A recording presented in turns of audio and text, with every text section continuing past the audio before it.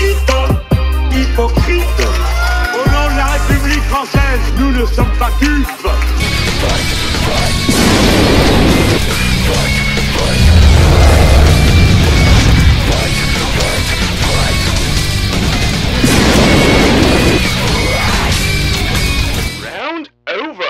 Le journaliste, à ce moment-là, écrit, parce qu'on est tous des bœufs, décryptage. Hein autrement dit, pourquoi autrement dit? Pourquoi autrement dit? Le dit suffit, non? Non, il faut que ça soit autrement. Hein décryptons. En clair, dit le journaliste, parce que ce que dit toute personne est forcément confus. Hein et on va surtout pas faire l'effort d'essayer de comprendre. Donc, en clair, je vous ramène ça au format prévu, c'est-à-dire, si vous voulez du poisson, la formule, c'est poisson pané.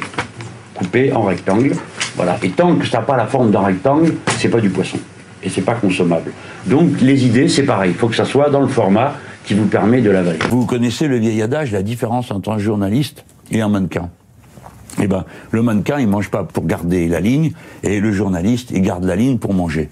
Cet hiver, moi j'aurais autre chose à proposer que de constater qu'il fait froid. Il vient de dire que les mots qui me viennent à l'esprit lorsqu'on parle de sexe et la merde, etc., vous l'avez entendu comme moi. Et vous ne trouvez pas que c'est un peu voyeuriste et un peu offensant d'être obligé de supporter ça? Non, ça ne vous vient pas à l'esprit. Vous n'avez donc aucune dignité. Mettons que je me mette à parler de la vôtre de sexualité. Qu'est-ce que vous en diriez? Non mais c'est pas ce qu'il dit. Si, c'est ce qu'il dit. Non, c'est pas ce qu'il dit. Enfin en tout cas, c'est pas l'objet du tout de parler. Nous on n'est pas là pour parler de... Non, mais vous êtes la décence incarnée, c'est bien connu, il n'y a qu'à voir ce truc, cette espèce de luberlu là, qui comme ça s'amuse à transposer mes discours. Qu'est-ce que vous en savez de ma vie sexuelle? Mais on parle de vie sexuelle. Si, madame, vous avez mal écouté, ou alors vous ne faites pas attention aux mots quand il s'agit des autres. Parce qu'il n'y a pas une personne censée dans ce pays qui est d'accord pour qu'on fasse des prières dans la rue. À commencer par les musulmans eux-mêmes, qui respectent le Coran, qui interdit de faire des prières autrement que propres, après ses ablutions, et dans un endroit propre. Et donc Jean-Luc Mélenchon dit que ça ne devrait pas être autorisé. Attendez, non mais, monsieur Aziza, pas tout de suite les provoque. D'abord le fond. Non, mais il nous reste 3 minutes. Il vous reste 3 minutes, et ben vous irez vous faire voir. En quoi? Qu'est-ce que ça veut dire, ces façons de faire? Comme je ne suis pas intéressant, vous êtes qui pour me parler comme ça? Vous m'agressez? D'accord, c'est bon, j'ai compris. À ce que j'ai lu, je ne suis pas, à titre personnel, plus impatient d'être candidat que le Christ ne l'était de monter sur la croix. C'est de téléphoner sur les quais pour prévenir. Eh bien non. La solution moderne, ce n'est pas le téléphone portable pour prévenir des retards, c'est faire qu'il n'y ait pas de retard. Et pourquoi y a-t-il des retards? Alors vous êtes devant le président de la SNCF et vous écoutez tout oui. Que se passe-t-il? Moi j'ai une explication, je connais les cheminots. Et que nous apprend-il? Eh bien, il se produit un fait nouveau qui rend impossible la circulation des trains comme autrefois. Il tombe des feuilles mortes en automne. Mais ils essayent de bosser. Mais toute la majorité de la classe, quand même, ne fait rien. Alors qu'est-ce que vous dites? Alors que là-bas, qu'est-ce qu'ils cherchent? C'est s'en sortir. Ça, c'est le café du commerce que vous faites. C'est socialement de monter dans la société. Attendez. Ici, on a une culture, c'est moins j'en fous, plus je gueule. En gros, ça, quand même. On va laisser répondre Jean-Luc Mélenchon. Oui, je réponds parce qu'il m'a posé une question. Après, je vous répondrai. Vous avez dit comment vous repérez. Vous faites le café du commerce. Comme chez Bidule, alors on dit ouais, ils foutent rien, ils en branlent pas une. Bon, ça c'est intéressant, mais ça n'a aucune valeur statistique. L'une est assez sotte pour montrer une dédicace que je lui avais envoyée, avec un peu d'humour, mais elle n'en a aucun. Et voilà que les vaches sacrées sont toujours troublées dans leur rumination si on leur donne des choses qui les contrarient. Madame Ferrari dit il n'y a ni idée ni programme. On n'est pas obligé de lire. Je suis d'accord, il n'y a pas de page de coloriage dans mon livre. Jamais reçu, évidemment, un coup de téléphone. Oui, non, ils n'ont pas besoin. Comment ça se passe? Le milliardaire, il nomme le grand chef, et le grand chef nomme le sous-chef.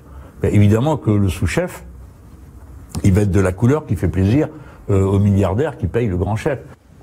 Nos idées, vous avez raison, alors elles sont jamais là. Alors par contre, les embrouilles, oui. Hein. Le système médiatique, il n'est pas là pour vous informer, il est là pour vous empêcher de penser et vous pousser à penser d'une certaine manière. Ça vous inquiète? Non, c'est complètement bidon. C'est pas un sondage, c'est une boîte qui dit aux gens si vous voulez répondre à nos questions, on vous donnera un cadeau. C'est bidon, c'est pas... Oui, mais enfin, il y a là des réelles intentions de vote et qui sont nombreuses quand même. Ah ben, dans la rue, c'est clair qu'il y a de plus en plus d'imbéciles qui se laissent aller. Et votre prix alors, vous allez en faire quoi? Fiche complètement, je vais jeter le papier et récupérer le cadran. a été une succession quasi quotidienne d'ailleurs d'injures. D'injures violentes d'ailleurs, avec la violence qui vous caractérise. Attendez, laissez-la terminer s'il vous plaît, Jean-Luc Mélenchon. C'est ainsi que le 18 janvier, lors d'un point presse à Metz, vous m'avez traité de semi-démente, de ça vous laisse une bonne moitié.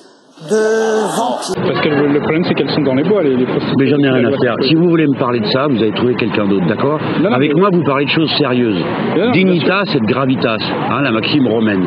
Donc avec moi, vous parlez de politique, et vos sujets de merde, vous allez les faire avec des gens qui veulent répondre à la merde. Même un effet extraordinaire d'unification, c'est que quelle que soit la chaîne, quelle que soit l'heure, les valeurs sociétales, les valeurs comportementales, les goûts, les couleurs, sont rabâchés du matin au soir, tout dans la même direction. Regardez les émissions de télé. D'après le CSA, c'est eux qui ont fait les enquêtes. On voit 2% d'ouvriers. Ils représentent la moitié de la population de ce pays. Politique spectacle, dans cette politique vous voulez pas me répondre? Vous allez faire durer ça combien de temps? Qui est profondément... je suis là. Attendez, Jean-Luc Mélenchon. Quand vous tombez sur un contradicteur qui n'est pas complaisant, c'est fini, hein, vous n'êtes plus là, vous. Peut-être bien.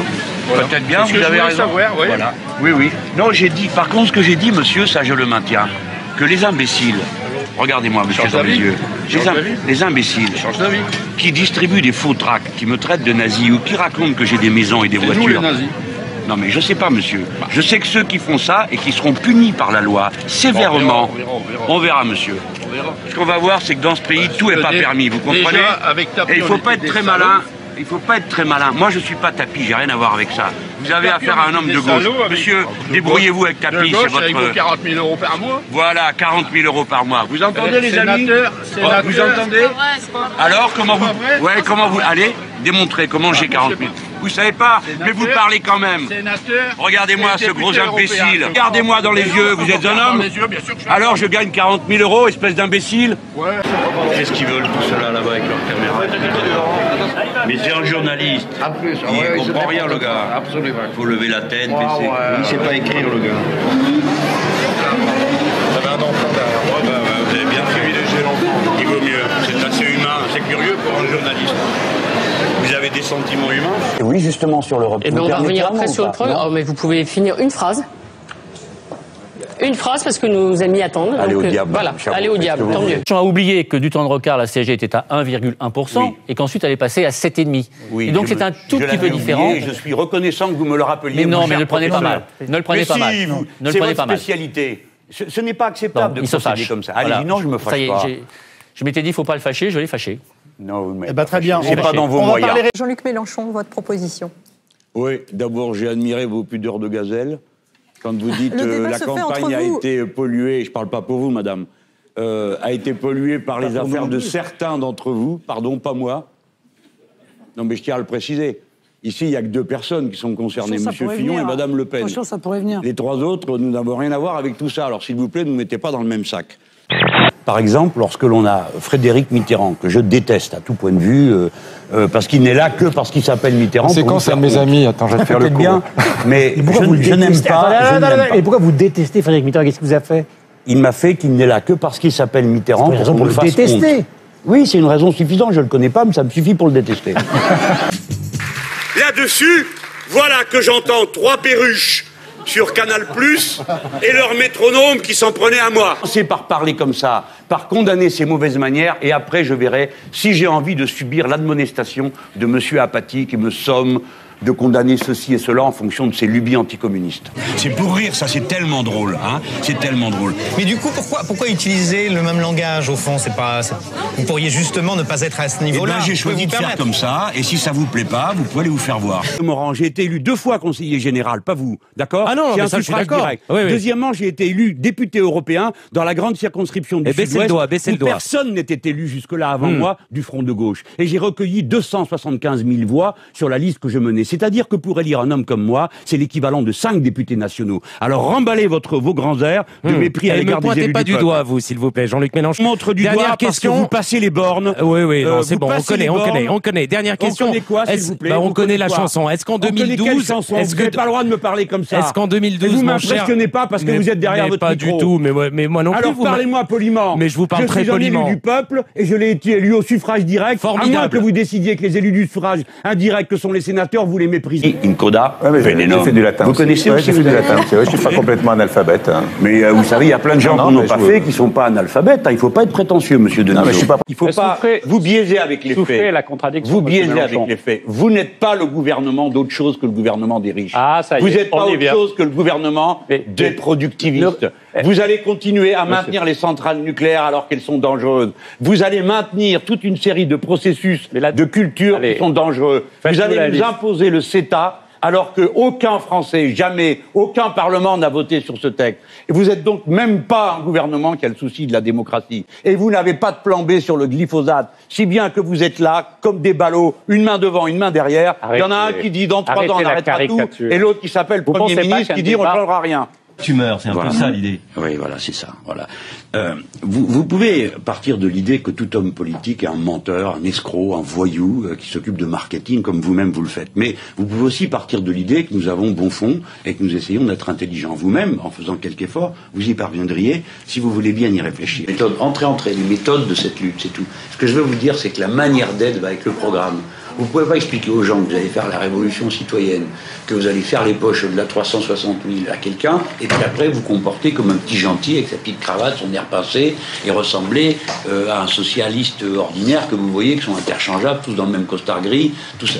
C'est pas possible. Oui, madame, vous avez raison, on est d'accord. Vous savez pas ce que c'est que le problème des entreprises, des chefs d'entreprise qui vendent leur boîte, justement, qui partent le lendemain, parce qu'heureusement il y avait l'outil de travail, et cet argent reste en France grâce à l'outil de travail. Et quand vous parlez d'évasion fiscale, c'est une fois qu'ils ont vendu leur entreprise, ils s'en vont. Vous remarquez que les Japonais, dont la totalité de la dette, qui représente 200% de la richesse produite, même davantage, oui. Et ils n'ont pas de problème. Pourquoi? Parce qu'ils ont placé leur argent auprès de leurs propres mais ils sont citoyens. Japonais, hein. Ils sont japonais.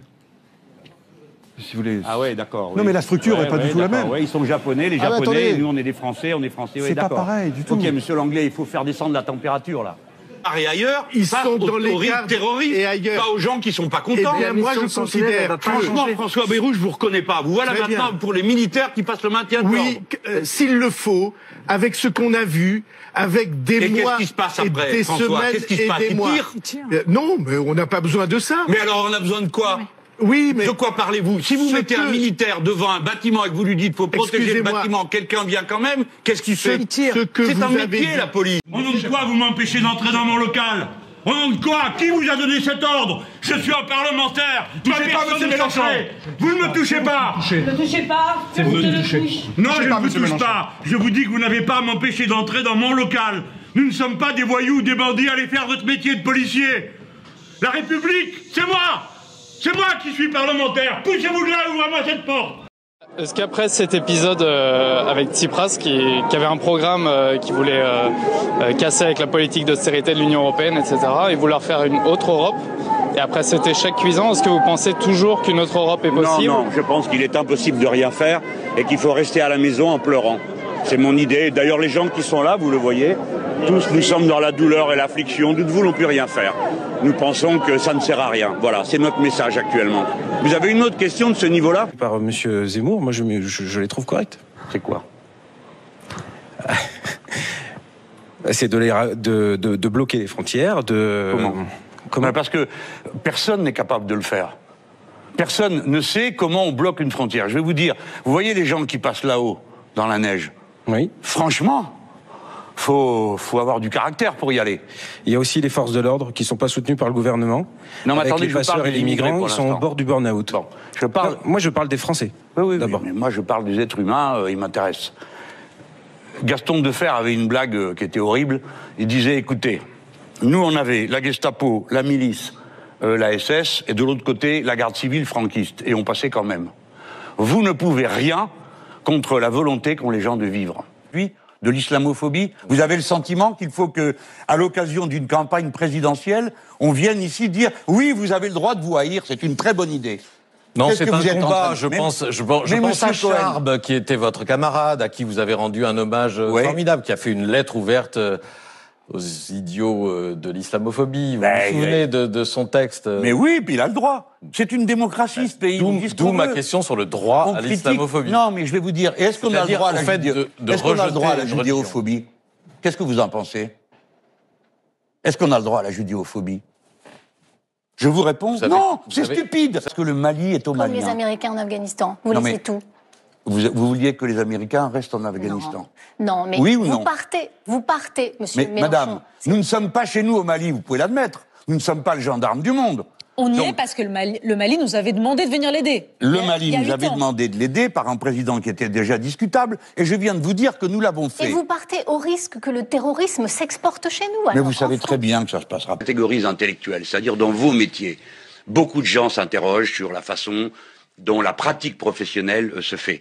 Quand un salarié élève la voix, alors là c'est terrible. Mais un patron n'a pas besoin d'élever la voix. Il raye d'un trait de plume, tranquillement, avec d'autres gens, au calme. Je vous observe et je me rends compte que vous prenez un plaisir extrême à vous écouter parler. D'accord. Oui. Mais vraiment une jouissance, hein, et on le voit d'ailleurs. Qu'est-ce qui me permet de dire que ça me fait jouir, comme vous dites? Mais parce que ça se voit. Ça se voit. Ah ouais, ça se voit. Parce que ça se voit. Bah, vous savez pas ce que c'est que la jouissance, apparemment. Et quand on a parlé, ça se passe pas comme ça. Quand on a parlé. Jean-Luc Mélenchon, oui, je vous écoute. On peut comprendre la détresse de ces salariés, mais peut-elle tout permettre? Peut-elle justifier ces violences? On a quand même vu des cadres d'Air France se faire molester, la chemise en lambeaux, face contre terre, et puis bien sûr, quelle horreur. Bien sûr. C'est de la violence physique. Mais écoutez, ça suffit. Arrêtez votre prêchi-prêcha, ça dure toute la journée. Partout, il y a des photos et vous voudriez qu'on plaigne quelqu'un qui vient annoncer à 2900 personnes, on en est à 9000 licenciements. Est-ce que vous comprenez que c'est une violence? Vous avez fait la même chose au Conti, quand il y avait eu un petit incident où des ordinateurs avaient été jetés par terre. On avait montré du doigt Xavier Mathieu. On a traité de tous les noms les employés de Conti. Or, le licenciement n'était pas justifié. Or, c'est l'entreprise qui a été condamnée. Pas honte? Non, j'ai pas honte du tout. Écoutez, le Zemmouristan, ça existe. D'accord? C'est pas mal. Ça existe. Oui, ça existe. Un pays où les femmes sont rabaissées, un pays où il y a la peine de mort, qui vous plaît, un pays où les homosexuels sont punis, et un pays où on n'adhère pas à la Convention internationale. Là, vous décrivez les banlieues islamisées, monsieur Mélenchon. L'Arabie Saoudite. Ajouter sur le sujet, moi je vous ai posé une question concrète, madame. Votre mépris me laisse indifférent. Vous ne m'impressionnez d'aucune manière, et j'ai en effet l'intention de combattre votre infâme parti et votre infâme politique partout où je le pourrai. Voyez-vous, je vous ai posé une question, mais vous ne me répondez pas. Parce que vous êtes une double hypocrite. Je vous ai annoncé hier que vous serez la risée du monde avec votre 49.3.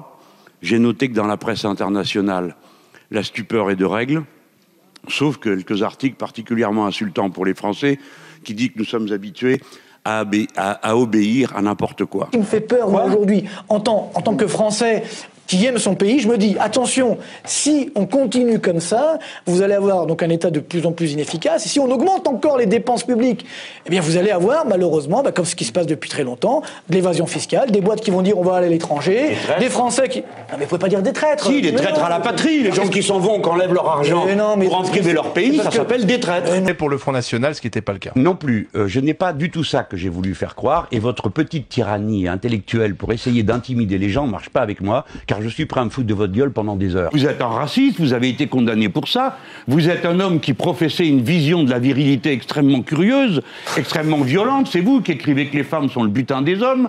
Allez, on continue à parler avec passion, Jean-Luc Mélenchon. L'actualité de mardi, l'identité nationale. C'est pas de l'agressivité, ça vous pousse. Traiter quelqu'un de menteur et dire qu'il fait du marketing au lieu de conviction. C'est un mot que j'ai jamais prononcé. Non, mais parce que vous êtes hypocrite en plus. Expliquez-moi pourquoi vous et vos collègues dans tous les pays passez votre temps à interpeller les hommes comme moi, les jeunes de ma famille politique ou les femmes, sur le Venezuela et Cuba. Pourquoi vous ne parlez jamais du Yémen? Parce que vous avez défendu Castro et Chavez, c'est pour ça que je vous interroge. Mais monsieur Chavez est mort, Fidel Castro est mort, vous êtes juste au courant? Un dictateur communiste mort, dit Bernie Sanders de Hugo Chavez. Vous avez vu ce qu'il a dit? Oui.